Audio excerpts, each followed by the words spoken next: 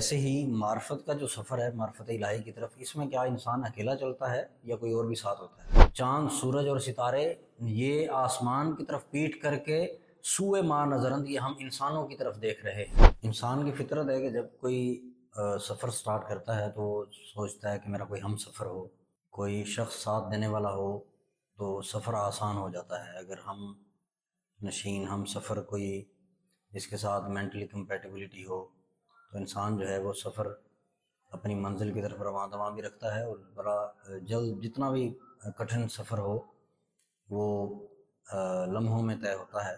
تو ایسے ہی معرفت کا جو سفر ہے معرفت الہی کی طرف، اس میں کیا انسان اکیلا چلتا ہے یا کوئی اور بھی ساتھ ہوتا ہے؟ اب اقبال علیہ رحمت نے اس پہ لکھا ہے بڑا کمال۔ آپ فرماتے ہیں کہ مہو ستارہ کے در راہ شوق ہم سفرند، کہ اگر تم دیکھو، اگر عشق کی نگاہ سے دیکھو تو تمہیں پتہ چلے گا کہ صرف تم معرفت الہی کی طرف نہیں چل رہے۔ فرمایا مہو ستارہ کے در راہ شوق ہم سفرند، یہ چاند اور ستارے جو ہیں یہ بھی تمہارے ساتھ سفر کر رہے ہیں۔ فرمایا کرشمہ سنجو ادا فہم و صاحب نظرند، کہ کیسا کرشمہ ہے کہ اللہ پاک نے ان کو بھی فہم و بصیرت عطا کی ہوئی ہے۔ اب آپ دیکھیں نا کہ آپ آسمان کی طرف جب نگاہ کرتے ہیں تو سورج، چاند، ستارے، آپ ان کے منہ دیکھیں نیچے زمین کی طرف ہیں۔